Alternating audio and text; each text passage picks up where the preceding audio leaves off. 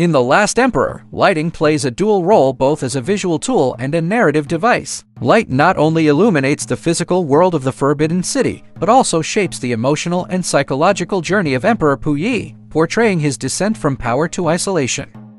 The coronation of the last emperor is a ceremony lit not just by lamps, but by ideology. At 0 hour 36 minutes and 18 seconds, Puyi sits motionless on the throne. A 45-degree Fresnel spotlight from above sculpts his face. Soft fill flattens shadows, while a cool backlight outlines him from the golden background. This is not a boy, it is an icon. As the camera pulls back, tungsten hues bathe the entire hall. Details emerge in silk, stone, and lacquer, but Puyi's unfocused gaze betrays a child lost in a palace of control. Then, at 0 hour 46 minutes and 5 seconds, everything shifts. A powerful HMI blasts golden light through palace windows. Puyi walks into it, becoming pure silhouette. CTO gels warm the beam to 4,300,000, mimicking dawn. But there's no feel, no front light, just the shadow of a sovereign dissolving in legacy. He runs toward the light. Not freedom, but illusion. The throne is gold. The path to it is dark. Lighting constructs power. Lighting deconstructs it.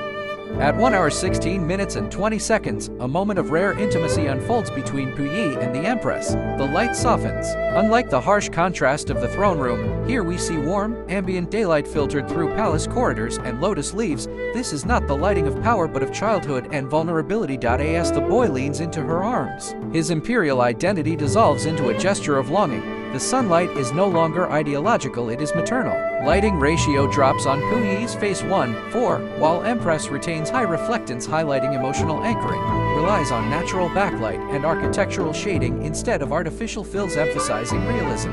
Light creates myth, but it also reveals the human beneath the crown.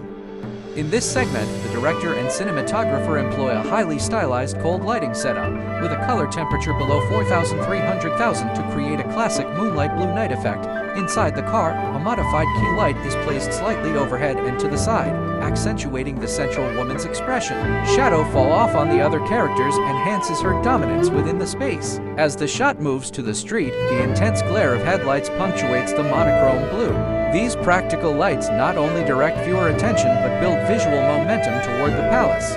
At the gates, Puyi halts, but the light advances. Two palace-like hard lights stand like twin eyes, coldly observing the boy chosen by power. Lighting doesn't model the figure, it builds structure. No fill lights used, high contrast maintained for spatial tension. No motivated key light background glow frames the subject beneath power. Lighting level lower than indoor scenes to evoke emotional weight. This isn't belonging, it's the architecture of power consuming the individual.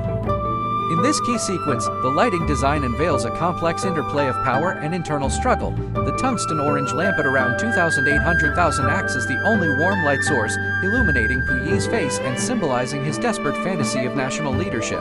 The face is lit with a strong side key, creating a high-contrast Rembrandt lighting effect, making him look both dignified and conflicted. Cool background lighting, around 5,600,000, filters through the blue curtains to create a strong color-temperature contrast, heightening the psychological split, a contrast achieved through bicolor lighting, emphasizing the disconnect between his imagined imperial glory and his isolated reality. In this shot, the character recedes into shadow, with the lamp centered and stable. The central placement of the table lamp and Puyi's obscured face creates a contre-jour effect. The reflection in his glasses glows eerily, signaling his absorption into a world of delusion and control. His glowing eyes enhance the uncanny presence, a classic lighting trick that visualizes the alienation of power. With narrative lighting, the declaration of building a nation transforms into a visually lonely soliloquy. Lighting contrasts to portray power as nothing more than an illusion under the light.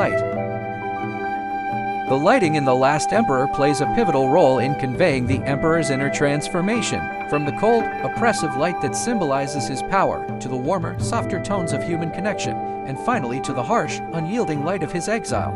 Lighting reflects the changes in his identity and emotions. The light is always telling a story of power, loss, and the search for meaning.